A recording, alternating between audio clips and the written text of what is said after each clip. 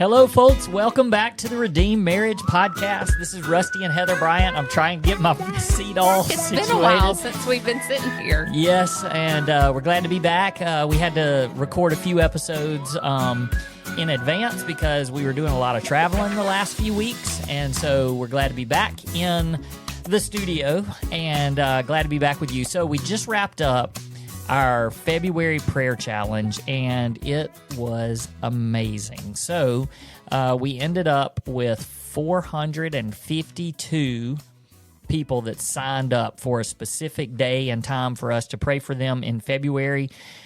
We kept running out of space on our calendar, so we just kept add. Yeah, and so, I mean, I'm sure we missed people along the way because there were several that would respond or, reach out and say, there's no more dates left, right. And we would add some. And so anyway, it ended up getting up to 452. And there were some days that there were between 35 and 40 on the list for that day. But we took the time to pray for each one, and we are just trusting God with those prayers.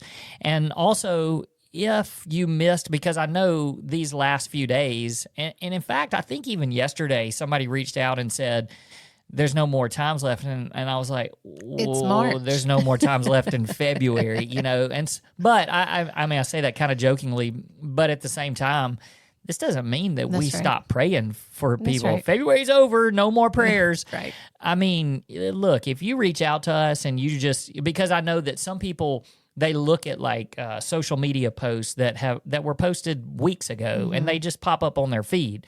And sometimes that's, I mean, I don't know why it happens that way, but maybe that's because God just needs you to see that encouragement. And so you reach out and you just say, I need prayer for my marriage. And that's actually happened multiple times over the last week or so. Yep. And we didn't even send the sign-up sheet because we knew there were no more spots. And so, but that doesn't mean that we didn't pray for you, and we're not, and it doesn't mean we're not going to pray for you. So look, anytime you reach out, if you comment on a social media post or you send us a direct message and it says, I need you to pray for my marriage, we do it. And so we want you to know that we'll continue praying. So anytime you reach out, you're being prayed for. The other thing is we have had a ton of just new people on our email list and new signups on social media and stuff like that. So we also, in our podcast, there's been a lot of podcast growth recently too, and so we just want to say welcome if you're kind of new to the Redeemed Marriage. And one of the things that I think that people don't realize that is such a big help, and we don't do this very often or ask people to do this very often, but if you follow us or if you listen to us or have listened to us on Spotify or Apple Podcasts or even on YouTube, it would really help a lot if you would, like on YouTube, just subscribe to our YouTube channel, and then also if you're Spotify or Apple Podcast in particular, if you would give it a rating, click that little 5-star button, assuming we're 5 stars to you, and then also if you just have a moment to leave a review, but. The reason why those things helps, it's not because it makes us feel good, although it does make us feel good, but that's not the reason. There's this weird thing in the world called an algorithm, and I know that some of you hear it and you go, I have no idea what that means. We don't either. But we do know that anytime we get ratings and reviews or people subscribe to our channel on YouTube, all of those things, they actually cause the algorithm to put it in front of more people. And that's the only reason why we ask you to do it. It's not for us. We don't get paid or anything like that from it. It's because we know that just randomly our stuff will get put in front of other people.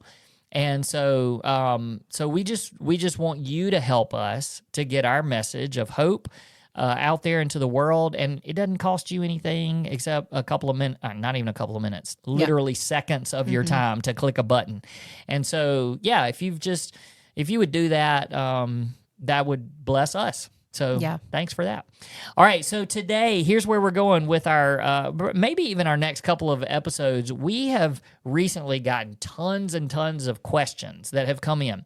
Now, these come from lots of different things, all right? So we actually have we have like a QR code that people will scan when they come to our event. So if we speak at a public, or speak at some sort of a conference, or speak at a date night, or, speak at somebody's church, there's a QR code and it goes to a place where it literally says, ask us anything. And so people will submit questions, and so we'll get a lot of questions there. We also have a mentoring group that if you've been through our marriage coaching or a retreat or an intensive, you have an opportunity to be a part of our mentoring group, and they meet twice a month on a Zoom call with like a community Zoom call. And one of those is a Q&A session, which is a ton of fun because they are continually submitting questions. And so we get those questions, and we don't have time to answer all of them, and the group answers them. But we don't have time to say all of them, so we kind of bank those up. And then, of course, just through social media, we get questions all the time, or contact form, direct message. So we kind of have this bank of questions that we just feel like from time to time we need to pull out and answer some of those questions. Yep. Now, today in particular, we're just going to do kind of one question because when we were at a recent event speaking, we started to touch on the subject of boundaries. Right. And it was right before a break was supposed to happen. And we were never planning to talk like in detail about boundaries. And as soon as we we kind of were like rushing, and we were like, here's a couple of boundaries that we do. These are important for your marriage. And then during the break, it was like, boom, boom, boom, boom, boom. We had all of these questions. Hey, can you tell us more boundaries? Give us some specifics, all of that. And so we know how important this is and I just think people don't talk about it, and the discussion is probably not healthy when it is. It's more of uncomfortable. There's a lot of blame, a lot of stuff that goes on with boundaries. So I actually went back and looked, and just handy little tool on our website. If you go to our website, there's and you click on our podcast. When you get to the podcast page, there's a search bar. And I actually typed in, just a little while ago, I typed in boundaries, and it pulled up all of the podcast episodes that had to do with boundary. And it's been a year, actually last March, when we talked specifically about boundaries. And so some of you, this might be a refresher, but like I said, we've got lots of new listeners. And so we definitely want to... Well, and we don't want to pretend we haven't learned anything in the past year. Well, that's true. There will be lots of, we added 50 boundaries. It's just we've learned how important they are, and maybe some reasoning behind them, because we're constantly learning about marriage and how to do it better. And, when we talk about boundaries, I feel like the number one thing that people think is, great, my spouse gets to control what I do. Yeah. And I am not going to let them control me. And I'm my own person. And I'm a grown up. I'm an adult. Who are you to tell me what to do and what not to do?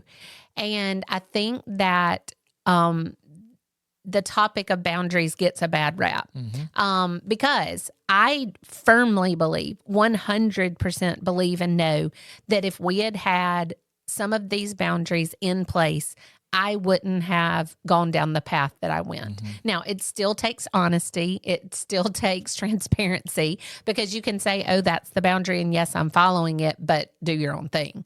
But if I had been transparent and open and been able to journey with somebody that, like we have in place now, people we can be honest with, and obviously each other, we can just be honest with each other, then I don't think I could have gotten to the place that I did.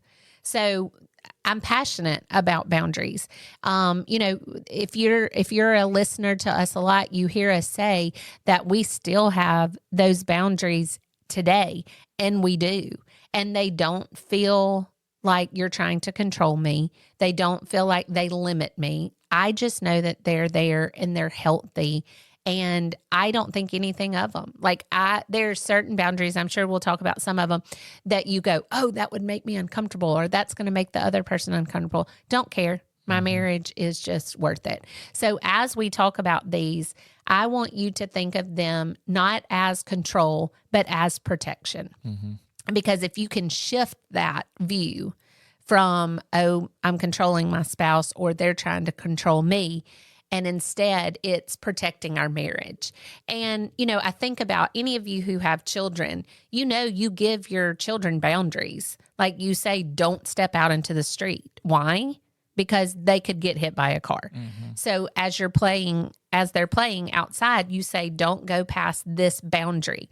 And that boundary is set not because you're mean, or not because you don't want them to have fun, but it's there for their protection. It is there because you say, if you cross this boundary, then you're unsafe.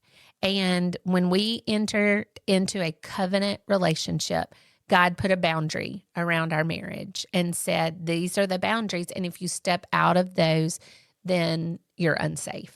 And so that's what, as we talk about this, whether it takes just this week or next week too, think of them as protection, not as control. That's good. And part of the thing, like going back to our story, I think that it's really important to have the actual conversation with your spouse to understand what the boundaries are, because I think there's just a lot of assumed boundaries. Yeah. And that's the way it was with us. Like, I feel like, along the way, we would hear things and hear people say, hey, it'd be a good idea if you did this, or if you didn't do this. And I think that somewhere we adopted those, or, thought we adopted those, but we never really talked about it. And so then when you're put in a situation where you're kind of getting really close to that boundary, it's like, we've never really talked about it. Is that it's not. And this isn't specifically what we say. Yeah, that's not that doesn't apply to this situation. Right. And so that's why we just believe that extreme boundaries, because if you twist this around and you start thinking, okay, these are not rules that are actually restricting us. There's safeguards to protect the thing that matters the most to us. Yeah. And that's really where you need to twist it. And so for those of you that have been through betrayal and broken trust like we have, there's probably some really extreme boundaries that need to be put into place. And there might even be some things that are really, really specific to you and your situation. And that's where you and your spouse have to mutually agree on those things, because these are not, there's some things that are just no-brainers for the world. And no negotiation. Right. And like, people should go, wait, does that apply to me? And there's some of them that's like, absolutely. But then there's some that maybe it's specific to your situation. Right. So for an example, people have probably heard us talk on here a lot about the gym, and that was an issue, and that some of the relationship that got you in trouble, that's where it sort of fostered there. And so for us, we just know that, man, like, a gym is not a great place for us. But that doesn't mean that the gym is not a good place for you, if you're listening. Exactly. Because we have really, really, really good friends that, like, they go with their spouse, and it's really a strengthening thing for them. And so don't hear, oh, they don't go to the gym. Oh, the gym must be bad. You just have to make it for you. Right. And the other example I was thinking of is neither one of us have ever struggled with pornography. We don't have things on our computers that send emails to people if we get on a site, because that's not something that we struggle with, and it's not something that we need to have in place. Now, do we have accountability partners and things like that where we talk about things? Yes. But that's where you have to listen to these and go, what is it in my marriage that we need? Because if there's pornography, one of you has struggled with that, or any kind, something like that, broken trust in that area, then you definitely need to have those things on your computer. And so you just have to decide what it is for you. But I love that you said some of these are non-negotiables, no matter if your marriage is the best it's ever been or if there's been recent broken trust. Mm-hmm. Yeah, that's good. So I think that when we teach this, and if you've ever been to one of our conferences that, is more than just like a date night event, we do have an actual session where we teach this. So we teach about boundaries. We also do this at our retreats. Mm-hmm. So if you are coming to one of our retreats, you're going to get a refresher. Yeah. But these and we can talk more personally about it then. For sure. But just so you guys know, we kind of have these divided up into categories, and these categories, they definitely overlap each other. And some of them are kind of the same thing, but we like to address them into categories. And so the first one is just the obvious, which is the interactions with the opposite sex. And so, we are really extreme here, but we also see value in this across the board, really. This one some of these feel very like, yeah, I know there's people out there that are like, oh, well, we don't apply this. And we're just saying, hey, if you want to put real safeguards, guardrails, boundaries, this is the area that you need to attack and put it in. And I know, I think we've even said it on this specific episode, but you just have to talk about it because not all of these are a one size fits all. And so you have to make it work for yourself. So one of the first thing that comes to mind for me is no one-on-one time alone with friends / coworkers. And that's just, to me, it seems obvious, but it's obvious to me because I'm so passionate about it, because I think this is the number one area where I didn't lean into, or we didn't have boundaries in this area. It was just like, oh, we trust each other and everything's fine. And we had mutual friends, where we would hang out together, but then sometimes it would be, oh, I was just with the other person. And that's just it's not okay. And coworkers. Fortunately for me, I work in an environment with 95% women. And it's great. But I do have boundaries for when a man, we have 2 or 3 men that work at our school. And if they come in for some reason to my area, I always say, hey, let's step out into the hall. It's just real easy for me to do, and I don't care what other people think. And this is one area where you have to lean into, am I giving the appearance of evil? Like I never want anybody to look in to my work. Well, I'm the librarian, into my library and see me just sitting there talking to a man.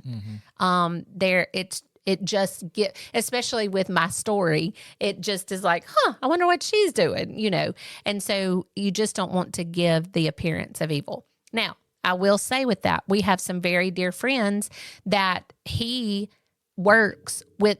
He's a doctor and he works with lots of women nurses, and he's in rooms sometimes with just them. And so that's where the conversation has to come into place, because your job may not look like mine, and you may not be blessed to work with 95% of the same sex as you. And so that's when you have to talk about, what does this look like in our situation? Yeah, and some of those are just like, okay, well, I have to meet with somebody from the opposite sex. So what does that look like, and what is your spouse comfortable with? Leave the door open. Right. Don't, even in my situation, if somebody from the opposite sex just walks into my office at work, I'm usually the only person there. Right. So we have windows that stay open. People can look in there. I don't have a closed off office. I stay in a big area that's a conference room. It's just things that can protect us from anything. And just like you said, I think this one's really important. If you guys if anybody out there is listening and you have best friends that are like a couple that's your best friends. That's right. I'm telling you, do not be alone with the one that's the opposite sex from or you. texting with them. Yeah, and that's, I mean, no matter how much you love them and trust them, and both of you trust them, you just don't do it, because you know, I mean, I was talking to a friend of mine this week, and like, you can't become an alcoholic if you don't ever take a drink, you know. And I'm not telling people don't take that. This is an extreme thing I'm talking about, but it just reminded me of a conversation that I had. But it's the same thing. You know, you can't develop that relationship that's a secret or emotional, that's hidden, if you don't have ways that you're making it grow into that. Right. So those are really important. Yeah. And it's just being aware of those times, because like I can remember two things. One, I would text with the other person, just the two of us, and that's not healthy. Like, you don't do that. And then the other, I mean, like, even casually, you know, not like, oh, let me text him, but just casually asking a question or anything like that. And then the other thing that I would do is like chat in games. Like, you think it's just kind of this innocent thing. And I'm giving specifics that are embarrassing, but I wouldn't have thought about them before. I would have seen nothing wrong with them before. And so, like, if you play games on your phone and there's a chat feature and you talk to certain people, those are all areas where you just have to go, this is not healthy. It just opens the door to being able to have a conversation or make comments that you wouldn't be comfortable with your spouse seeing. And so that's right there in the friend. I know we're going to talk about, you know, electronics and all that later, but I'm just saying, in the realm of friendship, what do you do to make sure that you're always above board and keeping things out in the open? Yeah, and these are just, you never get into an emotional sharing situation with somebody of the opposite sex, even if they're really good friends. And that's when a lot of times you would need to be, the appropriate thing would be to involve your spouse. Right. You know, even if it's a good friend and the husband needs to talk to the wife about something, well, involve your spouse. Right. So that everybody's comfortable. Right. And it's just one of those things where if you get an email or a conversation with somebody that you work with, like, it's okay to say, hope you had a great weekend, or, you know, something like that, but you're always keeping it professional.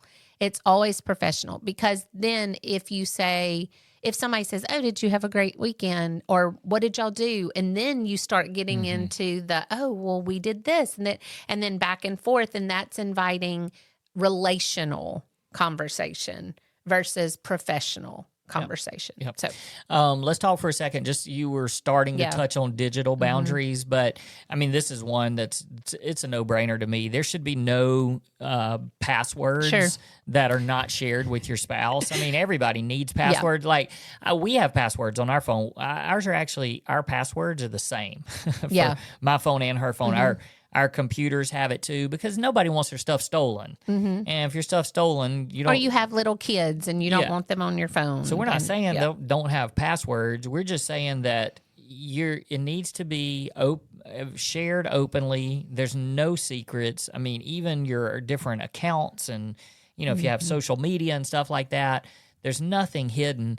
And even to the point where, don't always like be so secretive about your phone. Like, leave it out. Yeah, protective. That's it. Like, leave it out for your spouse, or just put it away. It doesn't always have to be in your hand or in your pocket. And just to make sure that there's just this openness about that. You know, here's the other thing. If you're deleting a text, why? Yeah, that's, I mean, I'm telling you, even if it's just like, ooh, like this one might, you know, there's nothing there, but this one might hurt her feelings, or she might wonder why this person's texting me. No, I'm telling you, if you have deleted a text, you are already playing with fire. Yeah. And you may think, oh, it's no big deal, because now I don't have to deal with it. You are getting close. to crossing a line. If you're deleting text, hiding messages, if you have any sort of an account that your spouse doesn't know about on social media or these gaming things like you mentioned. So, yeah, definitely. These are all just that this is the slippery slope. And it's a slippery slope that's real slippery. Doesn't take long. It doesn't. It doesn't, because you can convince yourself that it's so innocent.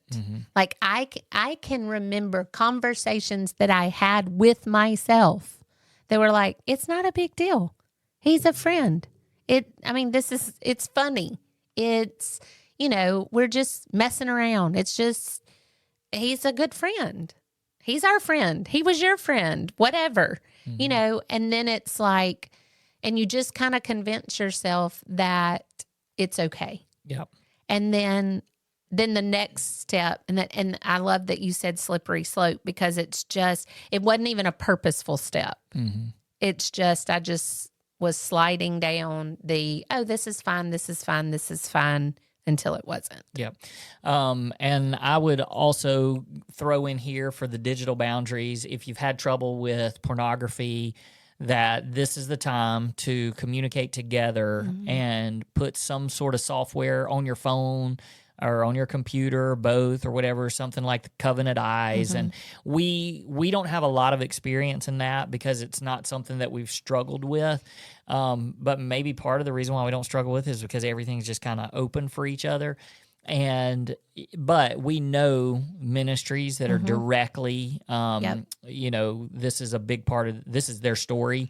So I would even throw out here, because I'll mention them, but if you go to the Liberator podcast, some friends of ours, that have a ministry, that's specifically about pornography. So check that out. And if you need to reach out to them to find some specific, what they would recommend for something like this. Because it is their story, and they've made that their whole ministry. Yeah. So, and I would ask this question to anybody. We'll wrap up this section with that. But if your spouse picked up your phone right now, what kind of emotions does that stir in you? Do you get nervous? Does your heart beat a little bit faster? Would it be one of those things where you think, well, whatever she or he looks at, it's going to strengthen our trust, or is this going to strain our trust? But really, the question is, for what I'm asking is, if your spouse picks up your phone, what emotional response to that do you have?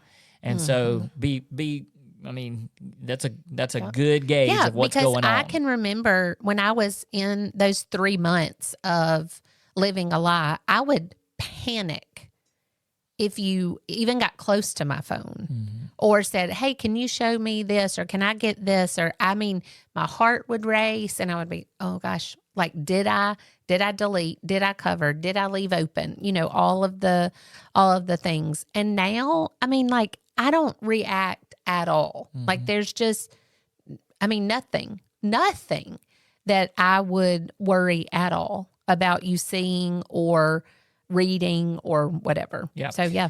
So I know we're kind of running out of time of what we would normally stick to. Most of y'all don't care how long these things go. But this next one, so we talked about opposite sex. We talked about digital boundaries. And then the work in the social boundaries, a lot of these are the same as the opposite sex, because you're talking about how to handle opposite sex work relationships. Right. But I do think one of the things to point out here is, because I think that people can separate sometimes, and they think, oh, well, it doesn't apply to work necessarily because I have to travel, I have to go places with members of the opposite sex, I have to have lunch meetings. I'm just saying that for us, there would not be a time where we would travel alone in a car, even from point A to point B, with somebody from the opposite sex, unless there was somebody else in the car with us. And even for me, I would be extremely uncomfortable, even if for some reason I was getting in a car to go to lunch and there were 3 women in,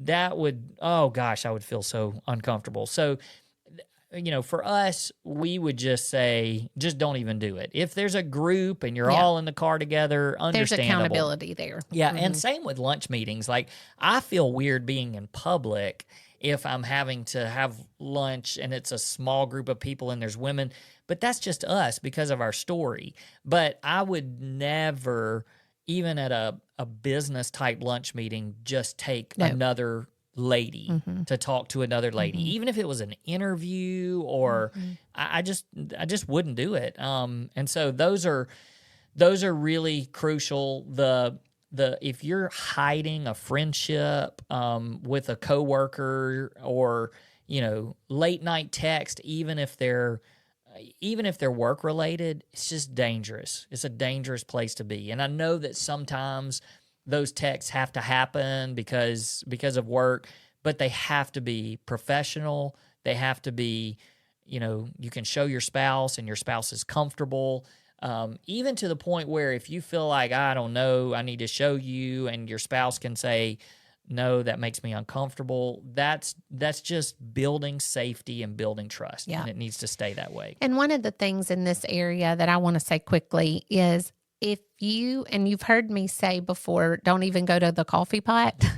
And what that means is, when you're getting ready in the morning, does the thought occur to you, oh, I have to look good for this person? Or do I dress for this person? And if the answer is yes, that is a huge red flag. And you need to take that to the Lord and go, okay, God, what's going on in me that this is happening? I didn't work with either one. I didn't work with any of the relationships that were inappropriate for me. But what I do remember thinking is, oh, when I go to the gym, do I look my best? This can be attention from anybody, I'm not just talking about specific. Yeah, not somebody specific. But if it's like, am I trying to gain attention when I go to work, when I go to the coffee pot? Who am I trying to look good for? Or am I seeking attention from the opposite sex in general? And we all want to look our best and we all want to do a good job. And I'm not saying that there's anything wrong with looking your best. You want to look good and professional and all of those things, because that's a whole nother talk. But anyway, if you're doing it for attention and to gain attention from anybody besides your spouse, then you're in dangerous territory. Yep. Okay, last thing, and we'll wrap up with this. This is kind of the entertainment and media, and I think that this has to do with stuff that you do like individually and things that you're doing together as a couple, because a lot of times the things that entertain you are the things that actually shape your desires. And so, you think about the things that you watch on TV. Look, you can say whatever you want to say about the whole Bachelor and the Bachelorette You're thing. going to have to pick a new example. Well, that's not as big anymore. I know, but I know people still watch it. But it was it was a part of our story. Yeah. And so because it just desensitizes you to what godly and biblical marriage and there's so many newer shows out there now that do that. Same thing. And that's right. And not just reality things like that, but shows in general. Do they desensitize the value of marriage, or do they put priority on that?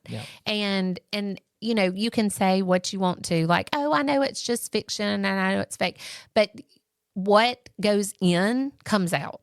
And so you just have to be very, very careful with what you're putting into your mind and into your heart. That's literally biblical. When we watch TV shows that have some sort of, some sex scene or something, we look like junior high kids that are watching TV with their parents. I put my hands over my eyes.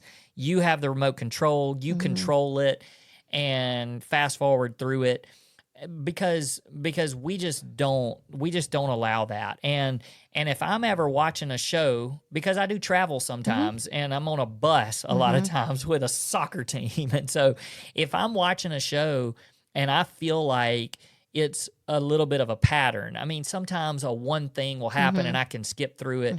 But if I find it, like, I'll stop it, even if I think this like is the something. whole show. Yeah, I'll stop the show. But it might be one that I say, this is one that we need to watch together, because I don't want you to ever think, you watched this? Like, Right. Same with books. I mean, we are very open with each other. We read things, and a lot of times we'll say, oh, that was a really good book, you should read it. But if we just don't like books that reference sex and especially affairs and stuff. And you'll even come to me and say, I don't think you want to read this book because it has an affair in it, and I don't want it to trigger you. And so you're really sensitive to that. And we just talk about it. And I mean, that's the important thing, is just making sure that we're not doing anything that's going to make us desire something because of what's entertaining us. That's right. Yep. All right. Anything else on the boundaries? I feel like we could talk about it forever, and I think that people could listen to it forever, because people don't really talk about it enough. And so I just think the question to wrap this all up is to just say, are you becoming the spouse that you would want to be married to? That's how you can get to, are we trustworthy in this area? Yeah. My favorite thing, and if you don't mind, I'll end with this. It says that we read this somewhere. Healthy boundaries don't put walls between you. They build a fortress around you. And Proverbs 4:23 says, above all else, guard your heart, for everything you do flows from it. That's good. That's a great way to end. All right, gang. We'll see you guys next time. Thanks for listening. Peace. Peace.